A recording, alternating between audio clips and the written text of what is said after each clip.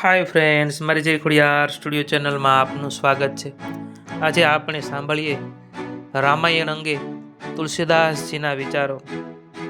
તુલસીદાસજી એમ કહે છે કે શ્રી રામજી તો જીવને અપનાવવા તૈયાર છે, પણ આ અભાગ્યો જીવ તેને મળવા ક્યાં આતુર છે. બીજાઓને માન આપવાથી અને જીવનમાં સંયમ વધારવાથી જીવન મધુર બને છે. જ્ઞાન વિવેકરૂપી ધનુષ્ય બાણ સતેજ રાખજો, તો રાક્ષસો વિઘ્ન કરી શકશે નહીં. લોકો રોજ રોજ રામાયણ વાંચે, સાંભળે, રોજ દેવદર્શન કરે, છતાં જીવનમાં તો જો સરળતા અને સંયમ ન આવે તો શા કામનું. રામ નામ જપ કરવો, ધ્યાન ધરવું તથા કથા સાંભળવી અને વાંચવી, ભજન ગાવા એ બધું જ યજ્ઞ સમાન છે.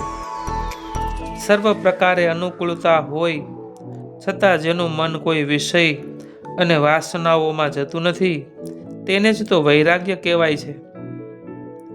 તપશ્ચર્યા કર્યા વિના જીવનમાં સુગંધ આવતી નથી. સુખ દુઃખનું કારણ મનમાં શોધે તે સંત. શ્રી રામજી આદર્શ બતાવે છે કે હું ઈશ્વર છું, છતાં શિવ પૂજન કરું છું. ચિત્તમાં શ્રીરામ સદા રહેશે તો ચિત્ત વિશુદ્ધ બનશે. મનુષ્યનું જીવન ભરત જેવું હોય તો જ શ્રીરામ મળે. પ્રભુ મિલનની તીવ્ર ઈચ્છા થશે ત્યારે સુખ મળશે. આજે પણ મોટો ભાઈ રામ બને અને નાનો ભાઈ ભરત બને તો આજે પણ જગત અયોધ્યા બની જાય. લોકો રામાયણ વાંચે છે, પણ મિલકત માટે સગા ભાઈ ઉપર કોર્ટમાં દાવો કરે છે. ઘર બાધક થતું નથી, પણ ઘરની દરેક વસ્તુ કે વ્યક્તિ પ્રત્યે રહેલી આસક્તિ જ બાધક થાય છે. શ્રી રામજી જેવાના જીવનમાં પણ દુઃખના પ્રસંગો આવ્યા છે, તો આપણો તો શો હિસાબ. તેથી દુઃખથી ડરશો નહીં. રામ વગર આરામ કે આનંદ મળતો નથી. માનવ જ્યારે મર્યાદા ઓળંગે છે ત્યારે અશાંતિ આવે છે. રામજી માફક વડીલોની આજ્ઞાઓનું પાલન પ્રેમ, વિવેક, વિનયથી કરીએ તો રામજીની ઉત્તમ સેવા કરી ગણાય. રામાયણમાં દર્શાવેલ આદર્શ જીવનમાં ઉતારવા પડે તો જ રામનવમી ઉજવી ગણાય.